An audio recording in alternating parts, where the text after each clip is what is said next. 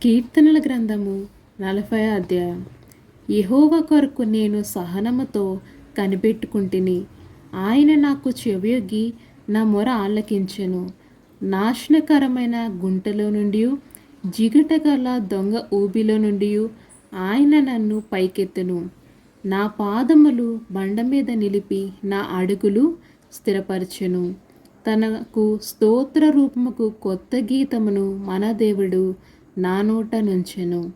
అనేకులు దాన్ని చూచి భయభక్తులు కలిగి యెహోవాయందు నమ్మిక ఉంచెదరు.